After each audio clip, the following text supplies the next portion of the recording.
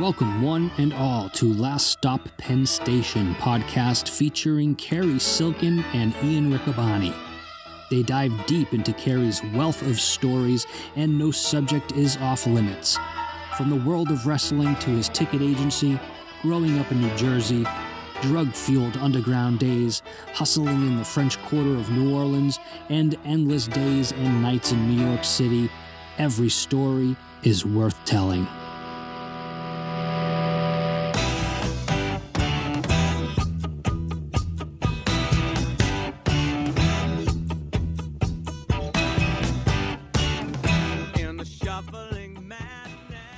Hello, everyone. It is Last Stop Penn Station. Ian Riccaboni and our guest of honor, Cary Silkin. Cary, this Friday, tonight is the night for 19th anniversary Ring of Honor spectacular. If you're listening to our podcast right now and it's 9 p.m., right, turn us off. Yes, you can come back to us. In fact, 8 p.m., hour one. Yes. Yeah, so that's tonight, and I can't believe it. The 19th anniversary is here.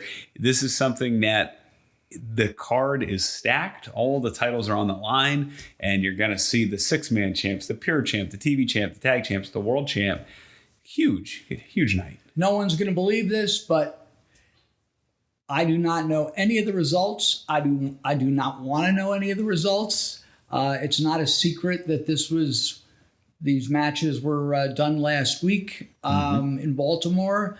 I was talking to our friend Gary Juster, one of the ringside officials. Right. But there was no need for him at the, am I correct? There was no need for him at the 19th anniversary. There was not. As a judge. There was a pure match, but he was dialed in remotely. He was watching via closed circuit television in his home outside of Atlanta, Georgia. And so he too does not want to know the results. So I'm going to watch it, and it's going to be exciting. So don't tell me anything. All right. No, I won't. And as of the last couple of days, there's been some bonus matches added, a four-way with LSG, Danhausen, Eli Ice, and Brian Johnson. We know the six-man titles are on the line. STP taking on Mexa Squad. Dak Draper challenging Jonathan Gresham. Tracy Williams, Dragon Lee.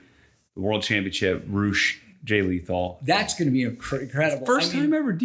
We're recording this on a Monday night, so we just had watched we just participated in the Monday night watch party, which is the Ring of Honor show from the past weekend. Really good to see Eli Isom. Yeah. I mentioned to Ian as we watched it together that I think it was his very first match was at the Hammerstein. Yeah, it was. If it was not his first, it was one of his firsts. And he pinned Christopher Daniels that night. That was amazing. Yeah. And really happy for him. It's good to see him back. And he picked up another big win. Yeah, pinning Ray Orris, who's a former six-man champ who had pinned Dalton Castle. So in the rankings, you got to think Eli's right up there. And if he wins at the pay-per-view, the sky's the limit.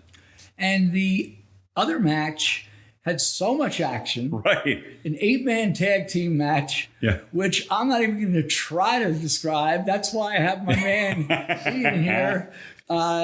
Please tell the fans about this, because you can still watch it for free on ROHWrestling.com. So that was a hell of a bout. Foundation, LFI, two diametrically opposed groups. One wants to restore honor. They want to fight pure. The other just wants to cause chaos, and they just want Ring of Honor to run by their rules. So I'm going to talk to you like I'm a new fan. So who's on these teams? Yeah, La Facion Ingobernables is Roosh, the world champion, and he is a internationally known Mexican superstar. And he has his brother Dragon Lee, who's probably the most exciting wrestler in the world right now, who's the television champion. And he's also the tag team champion with Kenny King, who you may know from The Bachelorette, who's a legitimate TV star outside of wrestling. And they team with Dragon Lee and Roosh's father, La Bestia del Ring, the Beast of the Ring. He is a beast. He is. He sure is. He was throwing those chops with Tracy Williams.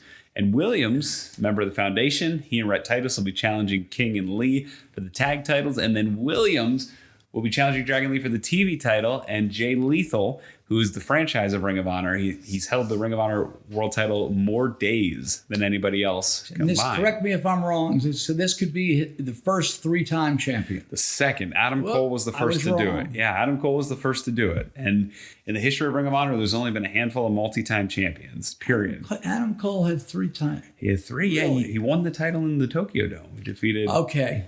One Kyle of those O'Reilly. Japanese deals. Yeah. He defeated him at a Wrestle Kingdom, which is pretty exciting. Well, tonight's watch party was great. I look forward to this coming today. Yeah. This Friday night. And why don't you explain about the watch party tonight? Absolutely. So if you are an Honor Club member, there still might be a handful of invites left for our Zoom Watchalong. And what happens in the Zoom Watchalong is there's 100 positions. So it's myself. I believe Cary's going to be there. Yes. There's going to be a few Ring of Honor stars. I know Caprice has already signed up. I believe Jay Lethal has signed up. It is hour 1. So the first hour. Hour 1 is free for everybody. It's on Facebook. It's on YouTube. It's on the pay-per-view preview channel. It's on Fight TV. You can watch it at no charge. And hour 1 is going to feature some big matches. It's going to feature that 4-way we talked about and the 6-man tag title match. So there's going to be some heavy matches.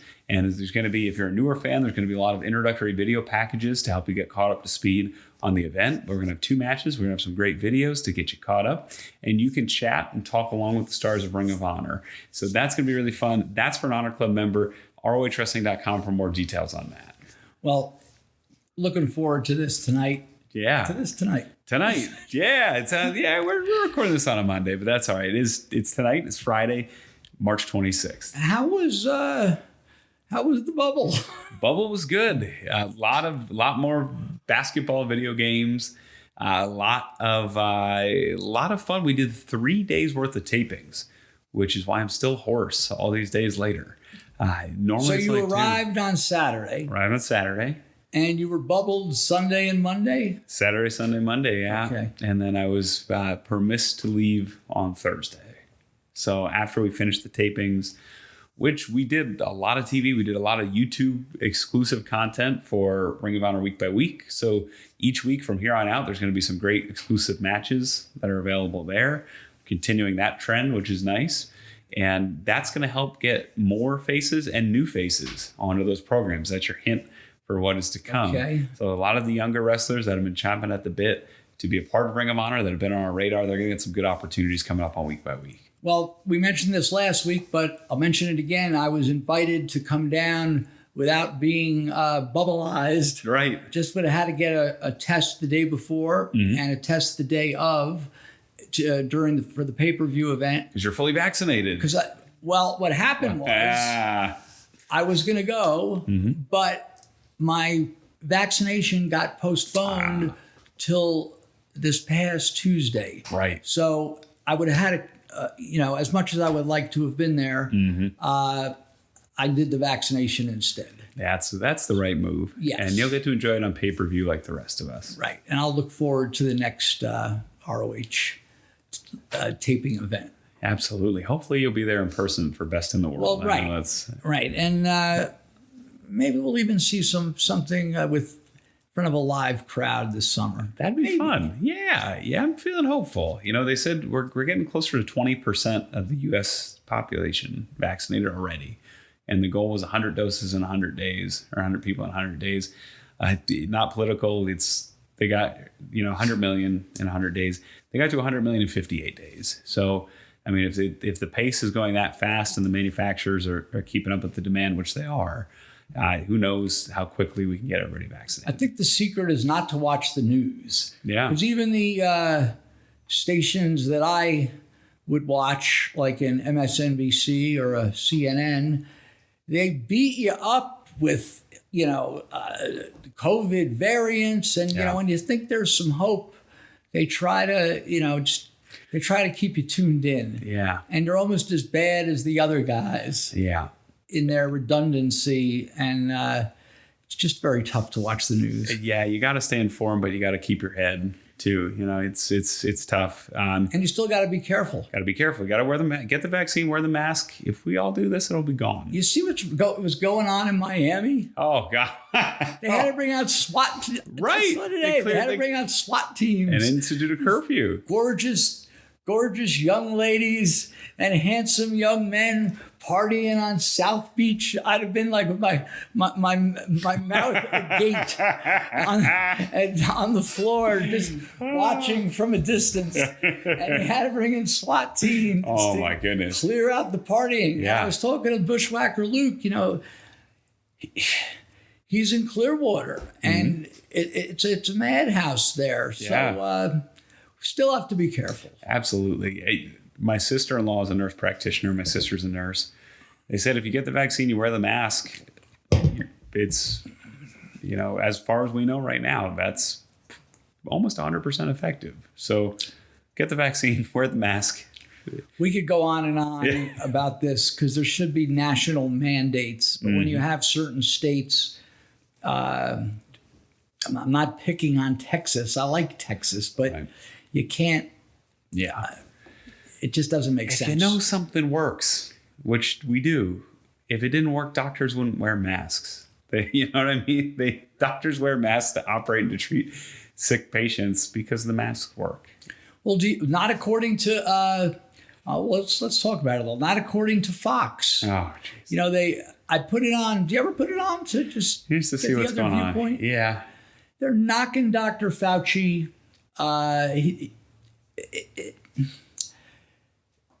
And people are eating this stuff up. And I think that Dr. Fauci is, if nothing else, qualified and knowledgeable. Mm-hmm. And why would you want to? Well, and I asked this to Caprice, and Caprice and I have slightly different viewpoints on political things and things like that. And not crazy different, but different enough. But we came to the same conclusion. What would be the end game in saying, oh, you got to wear a mask? You know what? If there was a giant conspiracy, we're going to make everybody wear a mask. What would the end game for the conspiracy be? Oh, control. Control over what? You go home, you take the mask off. Right. Well, it's comes down to people are complaining about they have the right not to wear the mask. Oh, jeez. Well, you know that. I do. That's the other side. Well, the good news is everybody in the Ring of Honor bubble, whether or not they believed in masks, was compliant, was very gracious, was thought of each other. And that's what I don't get about a lot of this stuff. It's about thinking about each other. It's about being nice to one another. It's about caring. It's about being considerate. And to me, that's what wearing a mask signifies. Everybody in the Ring of Honor bubble did. I know there's folks that don't like it for different reasons. I know there's folks that... You're doing it for the greater good. You are. And when you're in the bubble, you understand that and you do it. And it doesn't matter if you're somebody that's fully against it or if you're somebody that's, this is an inconvenience. I don't like it. I don't want to wear it all the time. You're wearing it. I'm proud to be a part of a group that at least for 3 days could say, you know what, we're just going to freaking do this. And we're going to keep everybody as safe as we can. And the Ring of Honor crew did do it. Mm-hmm. And there were nobody thrown out for test. Everyone tested well. Everybody tested negative. That's pretty good. Absolutely. That's pretty cool. And that speaks to the consideration too of coming to the building. I know it's not your fault if you catch it, but to take the risk away. It's not only the bubble, but it's the 2 weeks beforehand where you're trying to keep safe. You're trying to stay at home. You're trying to prevent any kind of transmission. So thinking, with the greater good in mind. If you're in one of those advertised matches for 19th anniversary and all of a sudden you catch COVID, first of all, I hope you get better. Second of all, holy crap, now you're not in that match anymore. So, well, everything worked out. I know you're dying to talk about one night in Miami because you had so much time, but I'm gonna make you not talk about it. As I just want to bring up a couple things real quick. Sure. We spoke on one of the last podcasts about my dear friend AJ and we sort of have the same taste in what we like to watch. But I mentioned this show on Showtime. It's called Enemies, which is 4 parts. It's sort of depressing because it's part 1 is the Watergate, which we did talk about. Talked about that. Yeah. your buddy H.R. Haldeman. H.R. Haldeman and G. Gordon Liddy. G. Gordon Liddy. Celebrity guests from WrestleMania 2. Right. And Frank Sturgis. Right. And all these, whose side were they on? Right. It's just crazy. So the premise of the show is, what's the FBI's role within just meshing with the presidency? Mm-hmm. And, it's a separate entity. So when Nixon was doing all these things, the FBI has to investigate. Mm-hmm. And or do they not? Yeah. Because whoever is the president doesn't want the heat, which the later episodes get to, because the second episode was really interesting about Ronald Reagan, his administration. And about Oliver North. I do. Speaking of Fox News contributor Ollie North. Is he? Yeah. Well, I know all this stuff, but I forget the details. Iran-Contra, right? Well, I was just going to say, before I watched this, if someone had said to me, "Hey, Cary, you were alive during the Reagan years," I go, "Yeah, I had my head on a mirror in a bathroom with some bar." But yeah, you had the Contra deal where they were supplying arms. What country? Nicaragua. Nicaragua, yeah. Thank you. Mm-hmm. And at the same time was the now wait, am I confusing this? Is the Iran Contras or there was weapons being you could speak up, AJ. What was the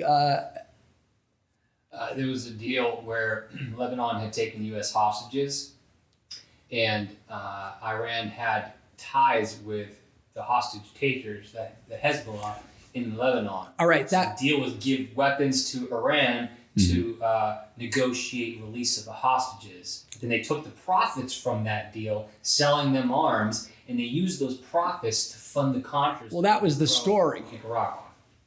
Yeah. That was the story they concocted.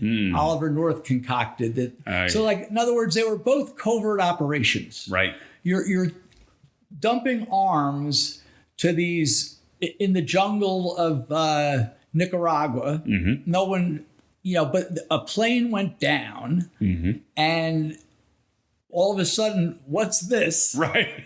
Meanwhile, the hostage situation, and to get the hostages released, which is a good thing, we're gonna give arms to Iran, but not tell anybody either. Jeez. So when they got caught, our friend AJ, that's where the explanation came in. And we were giving them to Iran because we were going to take the money. They were paying us. And so one lie to cover another lie. Yet, and I'm sorry because I cut you off, but yet Reagan denied everything. Jeez. And there was a case where the FBI... hands off plausible deniability. What were you going to say? Geez. And to think of Iran too, if you know the history there, I mean, we had a small hand in the overthrowing of the government in, I think, 69 or 70, the Shah, and getting him out. And then, we thought we installed a friendly government to us, and thought we installed, and then all these years later, every situation where we where the United States kind of puts our nose into somebody else's business, it ends up even worse than what was previously existed. I think Oliver North maybe had to go to. He got sentenced to something, but it was minor. Yeah. He might have got. Did he go to jail? I believe he. No. I believe he got some kind of long-time probation, or it's maybe stripped of rank, right, or something in the military. Yeah. So there was a case where the FBI really didn't do their due diligence, which brings us to number 3, which was the Clinton years. Okay. And that was really interesting. I mean, we all know about Monica Lewinsky. Right. But do you know about the Whitewater? Yeah, it was real estate. Very good. Yeah. Continue. Because I just knew the name. When Bill Clinton was governor of Arkansas, President Clinton was governor of Arkansas, he I'm going to get this wrong, so you're going to have to correct me. He Don't. either laundered money through the real estate, or he appraised real estate holdings at less value than they were to pay lower taxes. I forget. Well, I just watched it. You're right. You're right there. Mm-hmm. I just watched it, and I might get it wrong. So once again, we're going to defer to AJ. First of all, he was governor of Arkansas at what, like 34 years old, 35 years old? So it's 78, I think his first term was. Yeah. And in Arkansas, you're either high on the hog, or it's a very poor state. Mm-hmm. And Little Rock, which is probably the size of Allentown. Yeah. It's there's kings and there's bums. Mm-hmm. And so he was a made man there. But the Whitewater thing, it was some kind of land deal where there was this huge parcel of land that was going to be, it was an investment that was going to turn over into, they're going to make a lot of money. Right. And Clinton's name, I believe his name was attached to it. I don't know if he actually invested money in it, but by his name being attached to it, mm-hmm. it was attractive for people to buy in. Sure. And it was on the wrong side of the river. Huh. Literally. They didn't do their geography right. So this parcel of land. But anyway, nothing ever came of it. And he denied being part of any of it. Mm-hmm. And then you had it wasn't just Monica Lewinsky. Jennifer Flowers. Thank you. Yeah. You had that whole thing. Right. Who also appeared at a WrestleMania. She was at WrestleMania 11. Yeah. Vince McMahon loves conservative conspirators. Don't forget Donald Trump. There you go. So, yeah. And Clinton got away scot-free. He was impeached to boot. He was impeached. Yeah. Yeah. Acquitted by the Senate. But, yeah, impeached by the House. So he got away scot-free. So when we came to episode 4. What else is left at that point? It was pretty much, we thought it was going to be, come up to current date. And AJ says, they're skipping over all the, the Bush stuff. But that wasn't true. They gave you a pretty much a wind up of the Bush, the Bush stuff. And what the hell was the vice president? Dick Cheney. Yeah, the Cheney stuff. And, It quickly, the only guy that came out of this documentary unscathed, although there's plenty to talk about, was Obama. Mm-hmm. But it went from the Bush stuff right up to the Trump stuff, and it was featuring what was his name? The guy, James Comey. Right. And James Comey was originally one of these Southern District of New York guys, these pit bulls. Yeah. And Obama had him as FBI director in 2013. Mm-hmm. And at the time he was FBI director, you had the next election with Hillary and the Donald. Right. And you had the Hillary Clinton email stuff. Mm-hmm.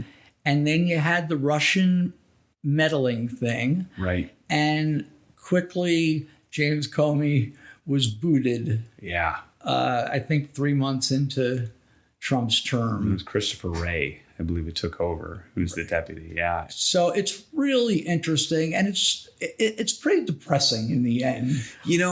All this corruption. We sit here and say, well, what's the end game, right, for the masks? But then you realize some messed up things have happened, and it's tough to separate. It's tough to separate the conspiratorial from the not conspiratorial, because if on one hand, okay, it's science. You have science telling us wear these masks. On the other hand, they are associated with the same people that are saying nothing to see here with Oliver North and nothing to see here with Whitewater, nothing to see here with Watergate. Right. So there's a part of me that empathizes a little bit with folks that got tied into these conspiracy things. You shouldn't believe them. I do believe the science is correct on this one with the vaccines, with the masks, but it becomes easier to see why someone might go down that path after knowing some of these, and that's not even that's the tip of the iceberg of the JFK assassination with all the individuals that are tied into different things and who are tied into initiatives in World War II and then even forward with Vietnam. It's wild. Yeah, and I might not be articulating this properly, but the FBI is supposed to be its own institution. And they are, a G-man was like the term from, like the 30s and 40s. They were like highly regarded, but then you had Hoover. Right. And I'm going backwards here, but, Nixon was all, he had no problems with the Watergate thing because Hoover had his back. Then Hoover died suddenly. Yeah. And but anyway, the show's called Enemies. It's very good. It's very interesting. And one last thing before we move on. I know after you're done rewatching One Night in Miami, we saw it was. I loved it because just the way it was filmed and everybody in it. It was the FBI, excuse me, yes, the FBI comes up again. FBI versus Billie Holiday. Interesting. Now, there's another documentary called FBI versus John Lennon. Which I've seen that. Okay. Probably after you watched One Night in Miami. I watched it several times, and then I watched. But yeah, Billie Holiday, one of the great jazz singers of all time. Right. She had the song Strange Fruit, which was about the lynchings. And she was told, like, by her management, by various groups, you're not going to be singing this song, on stage, even though the record was released. And she wanted to do it. And the FBI wanted to get rid of her, and I don't know how much. I think it's pretty much a true story. There was an undercover agent, a black gentleman, which was rare in the FBI, and he was assigned to infiltrate her. And you got to watch the rest. Wow, it's really, really good. Yeah. She didn't give a rat's ass. She was partying. She was hog wild. Yeah. And very influential. And she really never got her due. Like, she was a big star. And she was so good. But they were on the road. And after you watch One Night in Miami for the third time, try to watch the Billie Holiday thing. Well, You'd like it a lot. You could tell she's influential because how much she comes up in hip hop, 80s and 90s hip hop. She's referenced all the time. Tupac, Biggie. She is, I don't want to say the godmother of hip hop, but the way they adore her and put her up in her place to be adored is something that I've always picked up on. So that's kind of how I picked up on her standing, was through the my mom turned me on to her because my mom had this great love of jazz and classical music, and we've talked about this on Last Stop Penn Station. And she liked, the cool. She liked, Duke Ellington and Count Basie and Louis Armstrong and Billie Holiday. And I remember her playing me Strange Fruit. She had 78s. Oh, wow. Yeah. So and those are the kind of the squarish records. They're larger. Yes. They're in between a 45 and a 33, right, as far as the size. Yeah. But they were faster. Right. There you go. 78 revolutions per minute. Right. There you go. So yeah, very, very good. On our last episode of Penn Station, we were talking about we've been bouncing around. Talking a lot about New Jersey, though. We've been talking about your time in North Jersey, in Hoboken, and talking about the Bruce Springsteen debacle on the Tunnel of Tour. Right, that debacle. And I'm gonna have a little story here for you in a minute. Going back, eventually we're gonna get to Disney World. Oh, all right. I keep promising that. I had a very emotional day today. I've made a decision. I've made a decision to shut down Rave Review as it's been run. There's too many questions, and with that in mind, my good friend Joe, who's been working with me and has been such a dear friend for almost 30 years, I spoke to him today. It's been a year without basically no events. And yes, there's stuff on the horizon, but at this time, I just sort of want to not be looking down that road. And Joe's been with me all these years. It's not like we're splitting up, but it's like, it's like a marriage. Mm-hmm. He covered me times when, whether I was away out with Ring of Honor, whether I was at rehab, whether I had neck surgery and this and that. And he's been here for me all these years, as well as some other people that worked here. But Joe's been my main man, and he still is my main man. So to have that discussion with him today, and it's not like, once again, it's not like, all right, goodbye. Mm-hmm. So it's, and will Rave Review reopen as I was doing it? Probably not. But Joe and I will always be together, and hang in there with each other. And because he's put up with a lot of bullshit from me. Mm-hmm. And once in a while, I had to put up with some bullshit from him. But he's a good man. And I just wanted to throw that out. We hail you, Joe. Yeah. And well, congratulations, too. I mean, this kind of means you're retired, right? Yeah, you sort of. Get to sit out by the pool. It's taking some sun. I got some sun today. Get to relax finally. Yeah. I just want to.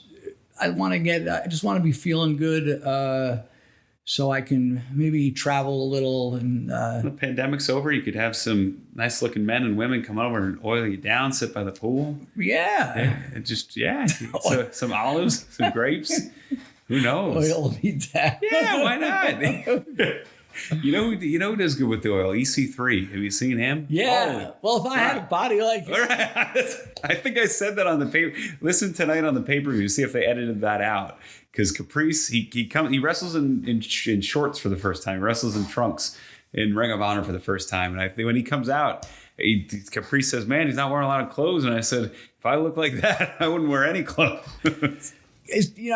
Look, pro wrestling, regardless of your sexuality, it's very homoerotic. Yeah. No doubt about it. And it's not like a boxer wearing, these guys are wearing tights.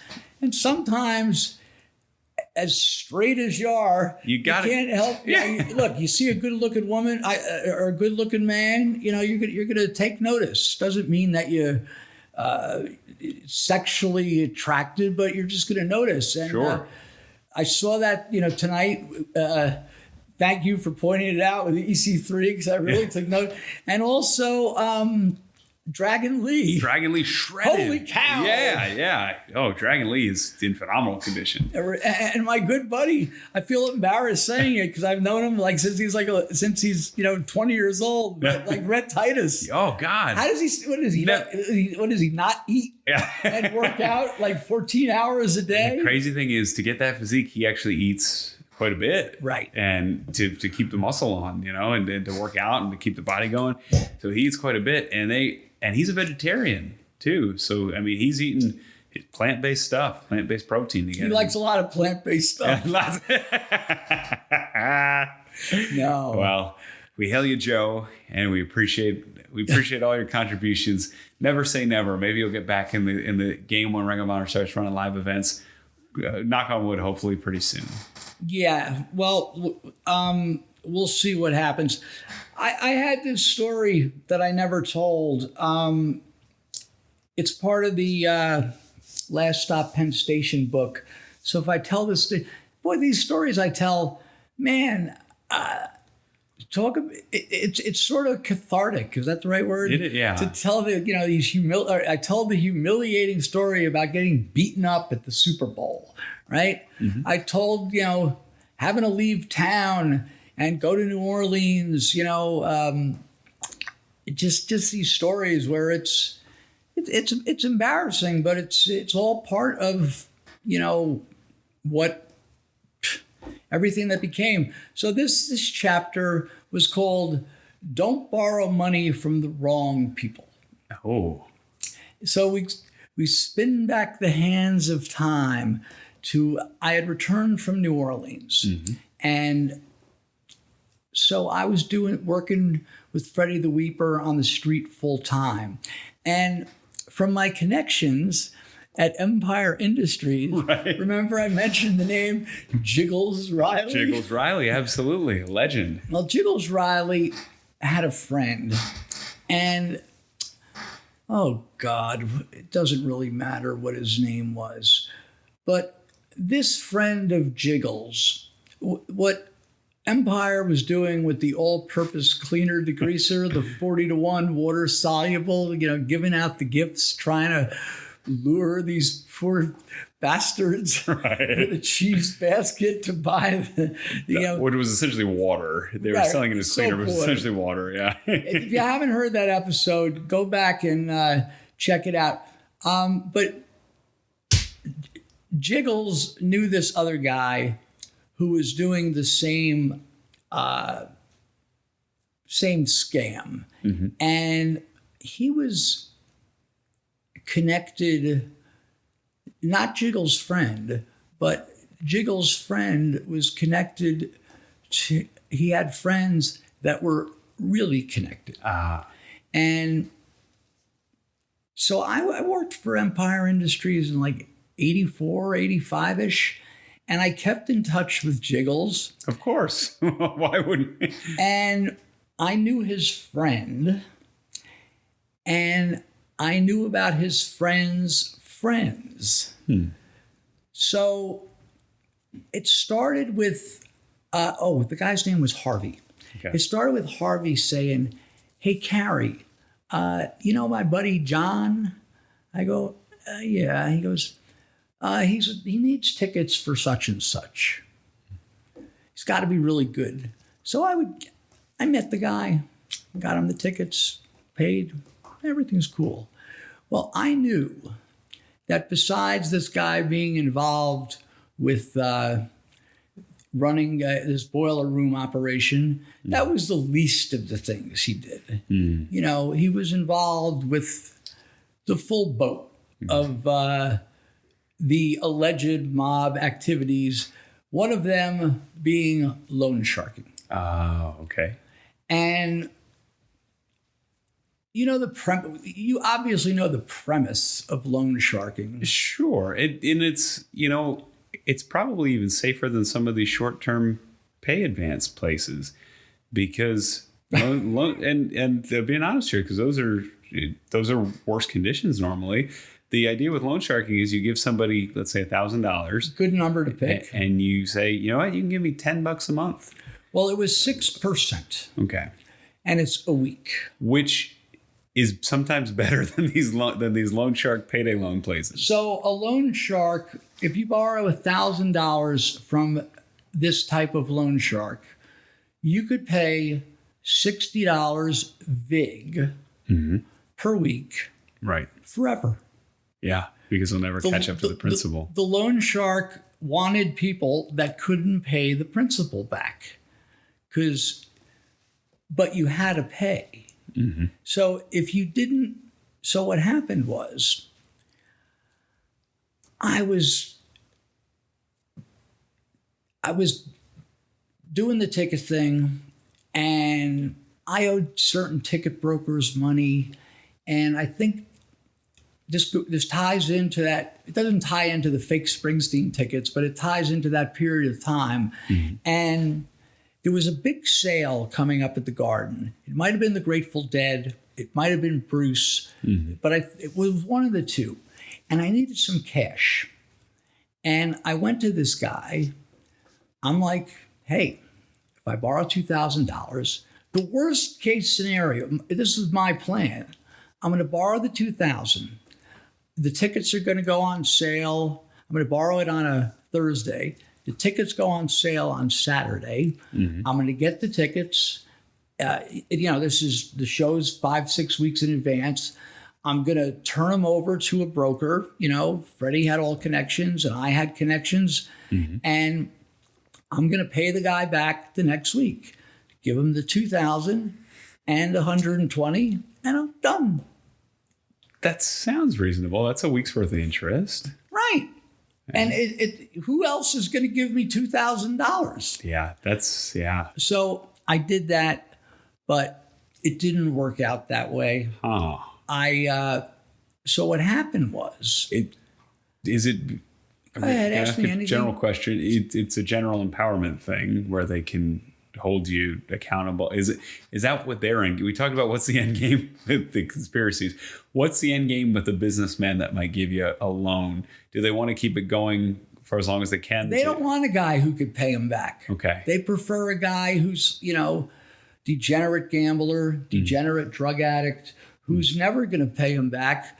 Because that's better, it's like a credit card company, this is right. Yeah. So if using the $2,000 figure, if I borrow when I borrowed the $2,000, if you go 10 weeks without paying the principal back, that's $1,200. Right. Yeah. So if you go, I guess I'm not doing the exact math, but about 16, 18 weeks, you've already paid $2,000 in VIG, and you still owe the principal. Wow. So I borrowed the money, and here's the thing. There's the respect factor. You have to, and these people were in Brooklyn, and you have to show up. There's no particular day or time, but you show up the next week. Hey, listen, here's the VIG money. And if you miss a week, you could call up and say, look, I'm going to see you next week, but at least you called, right? And the money's accruing. The VIG is accruing. Yeah. So what I did, and I knew, don't borrow money from the wrong people. So what I did was, I had missed a week. I called up, and it's like, no problem, Cary. I'll see you next week. Meaning you're going to pay at least the VIG, right. Double VIG. And I went back the next week, and the following week came, and I didn't call. There was a 2-week period where I didn't call. And that was really, really stupid because I'm not showing respect. And I was getting tickets from different brokers at the time. And I never forget this. I was at Dave's it was a Saturday night, and I was at Dave's 43rd Street Bar, right across the street from where the New York Times building was, which used to be on 43rd between 7th and 8th. And Phantom of the Opera started at 8 o'clock, just like all the Broadway shows. And all I had to do was walk over to 44th Street. I knew the security guy at Phantom of the Opera. And if I give him the tickets, he'll sell them, give me back, like he keeps like $20 a ticket. Okay. Which is fine. Yeah. Because I'm giving the broker back. Oh, I couldn't. It was hard to sell them. So instead of giving them, so now a $100 ticket, I'm getting 80 back. Well, I'm going to get like the camel. I'm going to get the broker. Just give him 60. Well, no, fuck it, make it 50. Yeah. Well, I'm on 44th Street, walking towards Phantom, and all of a sudden, there's this gentleman that I owed the money to by happenstance. He was going to the theater, and he was with his wife. And I'm like, hey, what's up, man? And this is, like 7:45, what 40, what? Yeah. What it's like there. Hopping. And he grabs me, and his wife didn't say a word. And he takes me, where that Schubert Alley is? Like where the Schubert Theater. Anyway, he pushes me against the wall, right? And he goes, what the, you can't even call me? Who the fuck do you think you are? He goes, empty your pockets. And like the cops did to me that time in Washington Heights. So I'm like, listen, man, I'm sorry. I said, I don't want to hear your bullshit, right? So whatever money I had on me, I gave him. Mm-hmm. And he says to me, what tickets you got tonight? We're going. I said, Phantom. I go, I'm sorry, man. He goes, we saw it already. He goes, I better hear from you next week, right? Yeah. When I dumped the money out, I don't even think he took all of it. He took what was owed in the VIG, not touching the principal. Right. So Baby Dumplings was waiting for me at the bar. Mm-hmm. And I come back. I get rid of the tickets. I'm shaking. And I come back to Dave's 43rd, and I walk in, and Baby Dumplings, who's a regular listener to our podcast, and he's living. We hail you, Orleans. Baby Dumplings. He goes, what happened? Because he could see that, and I'm like, took me like 10 minutes to tell him the story. Yeah. So this isn't the end. Oh. So now. Oh, geez. Now, the next week, I make sure I take a subway. You know how long the subway is to go from Times Square out to like Bensonhurst? Yeah, I've done that trip. It's quite a while. It is, because you got to connect. You got to go north, south, then east, west. And if you're taking the G line wasn't even a thing yet. So I go out, I see him, I pay him, and it's like all nicey nice. Like, what's wrong with you, Cary? What's wrong? You had to make. You think I wanted to do that? You can't just call. I'm like, look, I know, I'm sorry.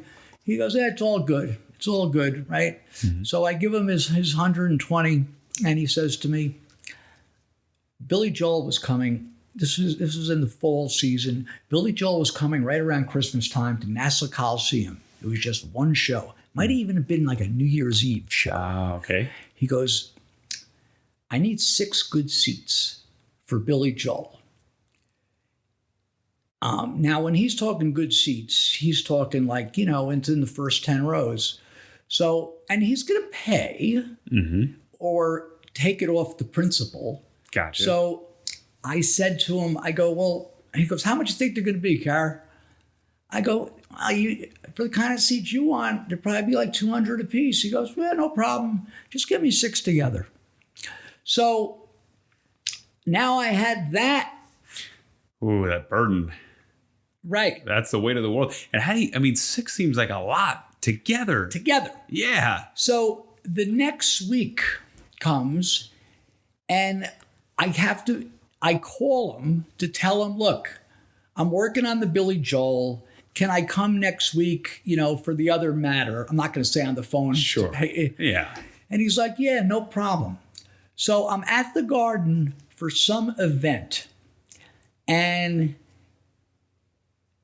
he had a cousin, like Nino, good-looking young man, and he comes down there. I had met him at some point, and now, mind you, I still had owed the principal.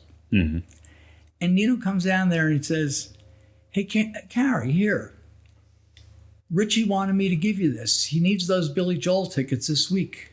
Now, there was the show wasn't for 2 weeks. Yeah. He goes, I think somehow Christmas came into it. Sure. So he's probably going to give him as a gift. Right. And he was going too. Mm-hmm. He goes, and so I go, yeah, I'm going to get him for him, bro. And he's like, well, here, he wants them. And he goes in his pocket, and he's got a roll of money. Whoa. Now, I still owe him. So he gives me $1,200 because I told him to. Yeah, 2 each. I go, no. I said, don't give me this. Yeah. He goes, listen, Cary, you got to get him to him this week. Yeah. We're having a party, a Christmas party, this Saturday night. And he wanted me to tell you, you're more than welcome to come to the party. Whoa. So now I owe the $2,000. Yeah. I'm 1 week late on the vig, going into the second week. Yeah. Now I've got an extra $1,200, and I have to produce 6 good Billy Joel tickets. Together. Now, the show had gone on, let's just say the show was December 29th. Yeah. And let's say that this party was a nice Christmas party, December 15th. Mm-hmm.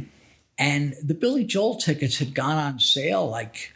August. September. No, they didn't do back then, like maybe November 1st. Okay. So, and I needed 6 together. And I'm asking everybody. Mm-hmm. And I'm asking everyone. And people had 4s together. Yeah. People had pairs. People had 3s. And finally, there was this Long Island hustler, Howie the Nose. Oh. Young guy.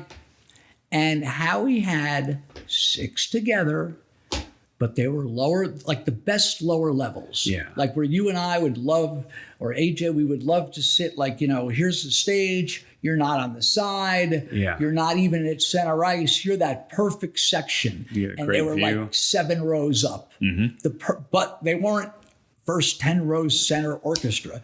Now, I never was told they have to be that. Sure. So...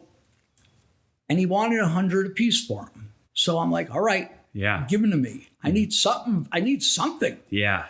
So the night of that party, Cindy Lauper was playing at the Garden. WNEW FM Yeah. was doing like they had an annual Christmas show. Mm-hmm. Might have been like the Hooters. This is 87. Right. The Hooters. Who wrote a lot of Cyndi Lauper songs with her. Yeah. They were on the show. Mm-hmm. There was another act. I just can't remember who it was. It was a middle of the road kind of rock act. And then Cyndi Lauper was featured. Yeah. And I was supposed to go to the show with my friend at the time, Joe McGovern. I hope you didn't. His girlfriend. And I said, somehow I left tickets for him at the Blarney Rock. Okay. I said, I'll meet you there. Mm-hmm. Well, I took a cab out to this Christmas party. Oh, Jesus. It was on Avenue X in Brooklyn. Where the hell is that? Sort of where the car parts. Gotcha. Okay. Yeah. Okay. Yep. And the cab driver comes in, and there's Cadillacs and limos. And there's a little Italian restaurant. It wasn't a little Italian. In the middle of. Did you ever watch? Oh damn it! What's that famous series? It's so famous I can't. The Wire. Oh, The Wire. Which is in Baltimore. Mm-hmm. There's the one you never saw that, huh? I haven't seen it. Well, there's a famous season where they're on the docks. And that's sort of the area this was in. Oh, so it's the Italian restaurant the one that Tony Schiavone and the NWA guys used to go to. But this wasn't in Baltimore. Yeah, but this is like that, but in. Yeah. Okay. But this was like a hidden jewel. Mm-hmm. So I took the cab. I have the 6 tickets, and I come in, and I see my friend, and the place is, I'm dressed like this. Sure. Sweatsuit. And everybody, and he's like, hey, Cary, come here, have a drink. Come on. It was like the finest buffet. You hear buffet, you think it's the finest, but, have a drink, and I go, here, man, I got you the seats. I hope you're going to be happy with them. He just took them. He goes, thanks a lot. Cool. Right? He goes, I'm going to see you next week, right? I go, yeah, you'll see me next week. So something happened within the between. I went back. I went to that Cyndi Lauper show. Mm-hmm. I'm like, oh my God. When he looks at the tickets, not that they were bad, but they're not, center floor is 8th row. Mm-hmm. But something went on sale. I forget what it was. Might have been something like Phil Collins. Sure, it was huge. But it saved the day. Really? And I was able, I'm sure it was using this guy's money and that guy's money, but I was able to have $2,000 in one shot. Wow. Plus 120 Yeah. You can't forget the big. And I went out to their daytime spot where they ran the boiler room operation. And I paid it off. Yeah. And that was the end. Does someone like that continue to make contact with you at all in a friendly way, or even in the low? Hey, I'm here if you need me, like a banker. It's a really good question. Yeah. No, I didn't. I wasn't. After that happened, because I didn't want to have that kind of pressure of a customer. Sure. I joke about the predatory lending, but some of those places now are even worse. I mean, 30. You can't be worse than that. Well, I mean, 38%. But it's not a week. That's true. Yeah, it's not compounded like that. You're right.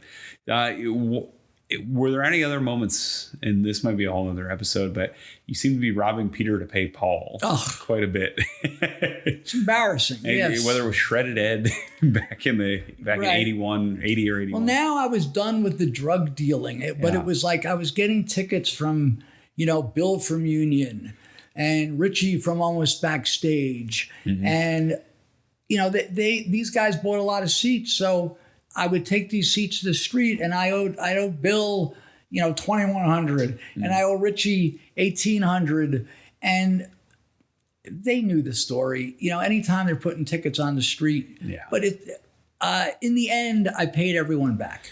How would you keep track of it? Do you have a little notebook? Did you have anything? Yeah, I would keep track of it. As a matter of fact, with Bill, who the bully's friend, and I still communicate with him. There was one time where I was settling up with him, and his father would do the books. Okay. And his father, Bill Sr., he was a great guy, and he liked his vodka. Sometimes I'd go in there 11 in the morning, he's drinking orange juice. I'm like, I knew what it was. But yeah, and they would, his father would make a mistake, like a $900 mistake or something. And this is when I had bad habits, so I wouldn't say anything. But in the end, I paid Bill back everything, even this money that was not accounted for. Gotcha. And the guys from Brooklyn,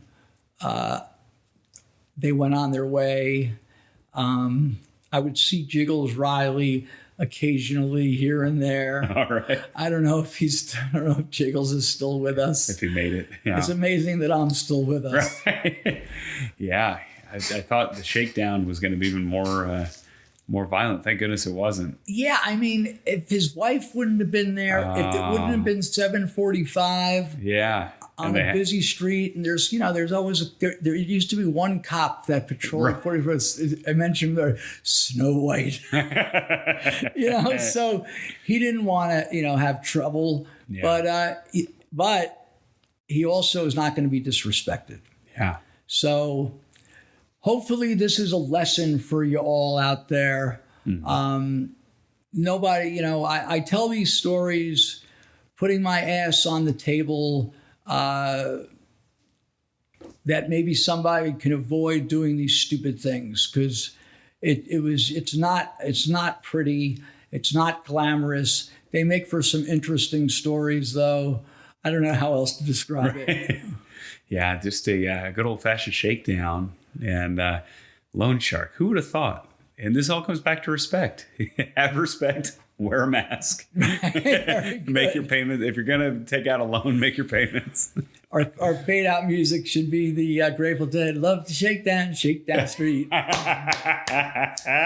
Oh, man. Well, thank you for sharing that. I know that's if I would have experienced that, I don't know that I'd tell anybody. And it says a lot to share that. Well, I'm not proud of it. I'm not proud of getting beat up at the Super Bowl. I'm not proud of a lot of things, but sometimes, at the same time, it's like maybe someone could hear this. I'm not being serious. Yeah. Maybe it's like Red Skeleton. If one person tonight heard this podcast and it touched their heart, then I've done my job.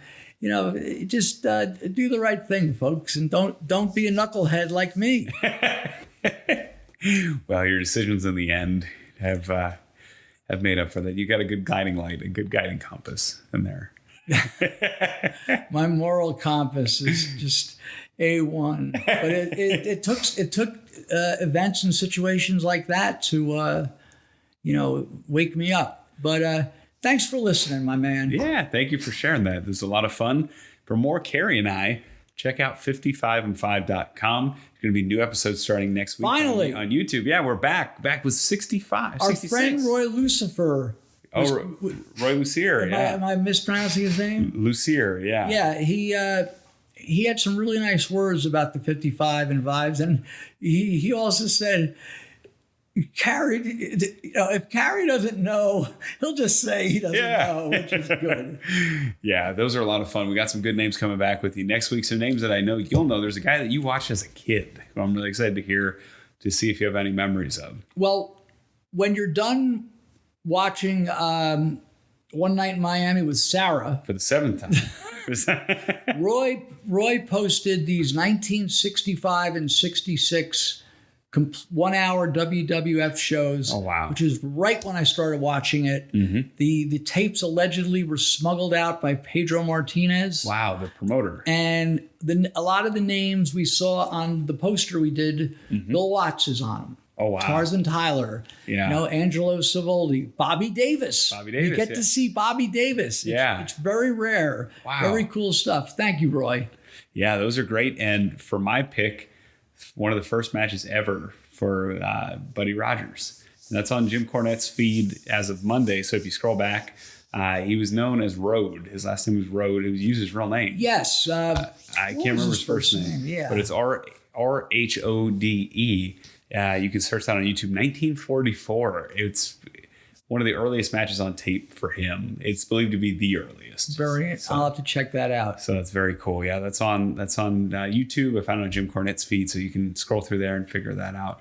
But it's been a heck of an episode. I'm looking forward to next week. I'll talk all about One Night in Miami next week after I see it for the 9th time. For more Cary and I. Don't forget the Billie Holiday too. The Billie Holiday, yeah. No, that sounds like a lot of fun also. So we had a lot of fun with Cary and myself, with AJ from Bassan Creative and Web Design. If you want to hear more Cary and I, 55and5.com, starting back up next Monday with episodes 66 through 70. You can check us out on adfreeshows.com. We're on the free tier there where you can enjoy the poster of the week. That's all we got for this week. So please tune in to 19th anniversary tonight on rhonorclub.com, Fight TV, pay-per-view, and we'll see you there. For Cary, AJ, I'm Ian. Happy wrestling, everybody.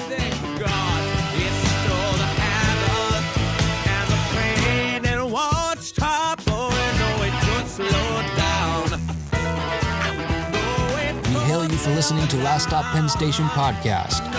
Rate, review, like, subscribe, and share on your favorite platform. Connect with us on Facebook, Instagram, and Twitter, or at laststoppennstation.com.